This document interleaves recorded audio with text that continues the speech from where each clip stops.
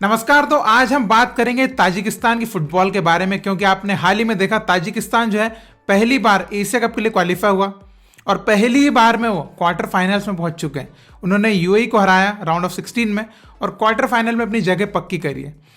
तो देखिए, एक ऐसी कंट्री जिनके पास फुटबॉल डेवलपमेंट के लिए पैसा तक नहीं है, फंड ही नहीं है, ऐसी कंट्री ऐसा क्या कर रही है हमारे से अच्छा कि वो इतना कुछ अचीव कर पा रही है और हम नहीं कर पा रहे, और वो भी इतना जल्दी, इतना फास्टली कैसे वो ग्रो कर पा रहे हैं और हम नहीं कर पा रहे हैं। तो आज हम इन्हीं के ऊपर बात करें, क्योंकि जैसे हम एक विजन लेके चल रहे हैं, विजन 2047, ऐसे ही ताजिकिस्तान की फुटबॉल फेडरेशन ने भी एक विजन बनाया था जिसके ऊपर वो काम कर रहे थे, और अभी वो बहुत तेज जो है उसके ऊपर ग्रो कर रहा है। लेकिन हमारे विजन के हिसाब से हम बहुत स्लो चल रहे हैं। तो उसको हम थोड़ा सा कंपेयर भी करेंगे और ताजिकिस्तान फुटबॉल के बारे में जानेंगे कि वहां से हम क्या चीजें सीख सकते हैं जो हमको इंडियन फुटबॉल में इंप्लीमेंट करना चाहिए। और देखिए, कई लोग ऐसा सोच रहे होंगे कि ताजिकिस्तान की फुटबॉल टीम जो है उन्होंने बाहर से उनके ओरिजिन के प्लेयर्स को बुला लिया होगा 10-12, इसलिए इतना जल्दी फास्ट ग्रो कर रहे हैं। ऐसा वो नहीं कर रहे हैं। लगे तो उनकी कंट्री के प्लेयर्स को बाहर से ऑफर्स आते हैं। मे बी 2-3 प्लेयर्स उनके बाहर से आए हैं, वो भी सोवियत यूनियन का पार्ट थे, क्योंकि आपको पता है कि जो ताजिकिस्तान है पहले सोवियत यूनियन में था। तो वही कंट्रीज के जो प्लेयर है वही उनके पास जो मे बी उनके ओरिजिन के थे, वो कुछ प्लेयर्स ने ज्वाइन करा। अदरवाइज उन्हीं के प्लेयर उन्होंने डेवलप करे और इस स्टेज पे आ चुके हैं कि अब वो खुद से क्वार्टर फाइनल्स तक जा सकते हैं। तो जैसे कि आप जानते हैं, ताजिकिस्तान पहले सोवियत यूनियन का पार्ट था, तो वहां पे फुटबॉल पहले से ही है, मतलब 1920s के टाइम से वहां पे फुटबॉल है। देन 1937 से उनके पास उनकी खुद की लीग थी। उसके बाद जब वो सोवियत यूनियन से अलग हुए, देन 1992 में ताजिकिस्तान की अपनी खुद की नेशनल टीम बनी और 2023 का AFC एशियन कप उनका पहला मेजर टूर्नामेंट है। इसके पहले उन्होंने कभी भी किसी इतने बड़े लेवल के टूर्नामेंट में नहीं खेला है। हालांकि यूथ लेवल पर वो 2 बार अंडर 17 वर्ल्ड कप खेल चुके हैं और 1 बार अंडर 16 एशियन कप में रनर अप भी रह चुके हैं। तो इससे आप समझ ही गए होंगे कि ताजिकिस्तान फुटबॉल जो है हमसे काफी आगे चल रहा है, बिकॉज वो 2 बार क्वालिफाई करके अंडर 17 वर्ल्ड कप जो है खेल चुके हैं। अब देखिए, मैं आपको एक चीज ये बताना चाहूंगा कि एक टाइम ऐसा भी था कि ताजिकिस्तान लीग में जो क्लब्स होते थे उनके पास पैसा नहीं होता था, तो उनके मैचेस कैंसिल हो जाते थे क्योंकि वो ट्रांसपोर्टेशन का जुगाड़ नहीं कर पाते थे। तो अब आपके दिमाग में ये आएगा कि कैसे फिर वो फुटबॉल के ऊपर उन्होंने काम किया, पैसा कहां से लाया। तो देखिए, उन्होंने जितना भी डेवलपमेंट किया है उनकी कंट्री में फुटबॉल के लिए,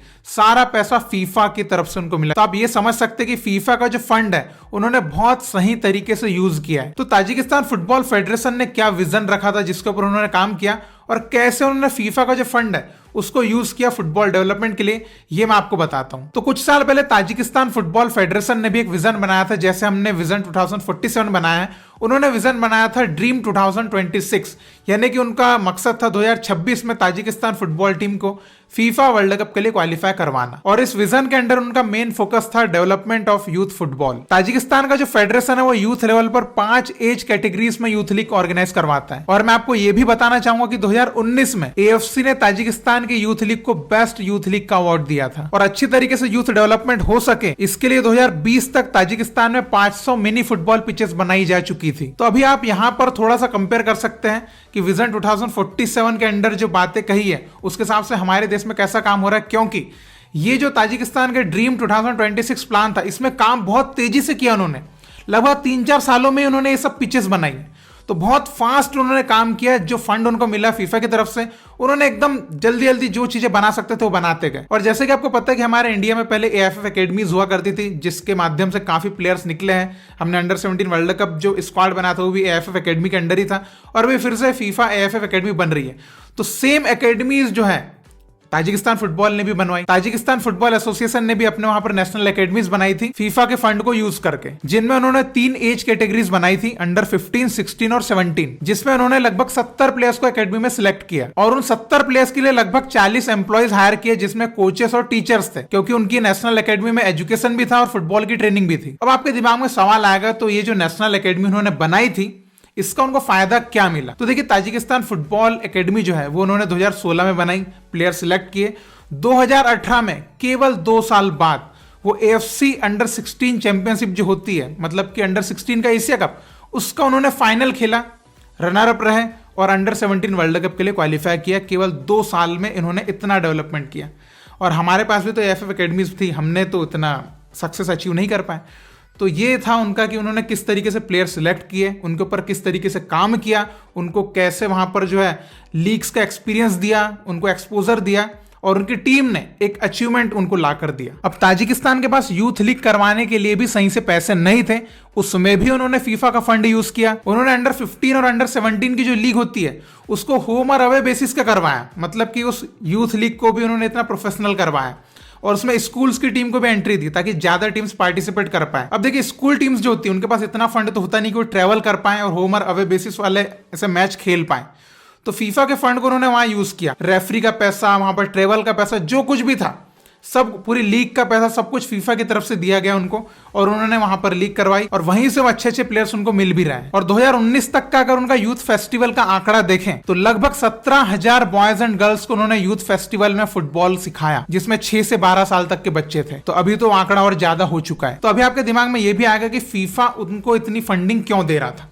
तो देखिए फीफा का एक प्रोग्राम था, फीफा फॉरवर्ड प्रोग्राम, जिसमें वो जो कंट्रीज फुटबॉल के लिए कुछ अच्छा करना चाह रही है लेकिन फंडिंग उनके पास कम है तो वहां पर जाकर उनको मदद करती, फाइनेंशियली उनको मदद करती है।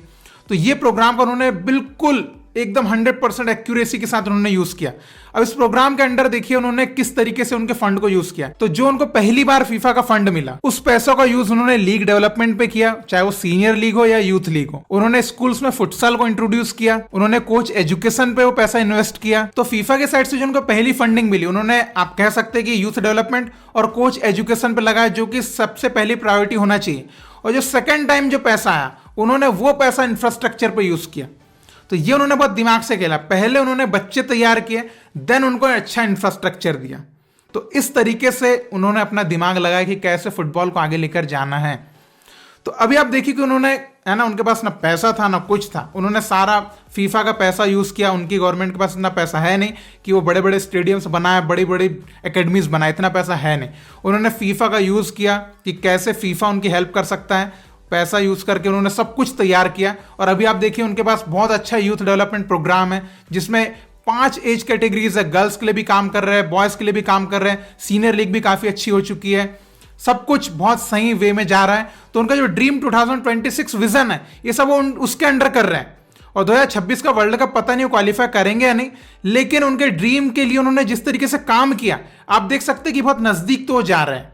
और मे भी हम कह सकते हैं कि थोड़े टाइम में सच में फीफा वर्ल्ड कप के लिए क्वालिफाई कर भी पाएंगे, क्योंकि अभी देखिए वो एएफसी एशियन कप में क्वार्टर फाइनल्स तक तो आ ही चुके हैं, क्या पता सेमीफाइनल भी चले जाएं। तो आप सोच सकते हैं कि अगर एक फेडरेशन विजन के ऊपर सही तरीके से काम करें, नो करप्शन, पैसों का सही यूज, यूथ डेवलपमेंट पे फोकस, तो आप देख सकते हैं ताजिकिस्तान एक एग्जांपल हमारे सामने जीता जागता एग्जांपल है। उससे हम कितना सारा कुछ सीख सकते हैं। हालांकि देखिए वो कंट्री छोटी है, हमारी कंट्री बड़ी है, लेकिन हमारी कंट्री के पास देखिए पैसा बहुत है, ताजिकिस्तान के पास फंड ही नहीं है। हमारे पास तो फंड है, अगर हम सही तरीके से यूज करें। आप देखिए उधर असम में 600 करोड़ का स्टेडियम बन रहा है, केरला में 800 करोड़ के स्टेडियम बन रहे हैं, उड़ीसा में आप देखिए, मतलब बहुत पैसा हमारे पास, अगर हम सही तरीके से यूज करें। अगर all India football federation state government के साथ भी मिलकर काम करे सही से तो हम बहुत आगे जा सकते हैं। लेकिन वही है कि हम कितना सीरियस है हमारे विजन को लेकर, वो मैटर करता है। तो आई होप कि हमारी ऑल इंडिया फुटबॉल फेडरेशन भी, जैसे ताजिकिस्तान ने बहुत मेहनत करी अपने फुटबॉल के लिए, वैसे हम भी करें। तो आई होप कि आपको इस वीडियो के माध्यम से काफी इंफॉर्मेशन मिली होगी और आप ये समझ पाए होंगे कि कैसे ताजिकिस्तान फुटबॉल जो अपने देश में फुटबॉल को आगे बढ़ा रहा है और इतने अचीवमेंट भी ले रहा है। तो आज उनकी टीम यूथ लेवल पे भी अच्छा कर रही है और सीनियर लेवल पे भी अच्छा कर रही है। तो आई होप कि हम भी कुछ ऐसा करेंगे बहुत जल्द और हमारे विजन के ऊपर अच्छे से काम होगा तो बिल्कुल करेंगे। तो आप ताजिकिस्तान फुटबॉल के बारे में कुछ कहना चाहें जरूर कमेंट में लिख के बताइएगा, और हम वहां से क्या चीजें ऐसी हैं जो हम हमारे यहाँ पर इंप्लीमेंट कर सकते हैं, आपको क्या लगता है ये भी आप जरूर कमेंट में लिख के बताइएगा। और इसी तरह आप इंडियन फुटबॉल को सपोर्ट करते रहिए। बहुत बहुत शुक्रिया वीडियो देखने के लिए। जय हिंद, जय भारत।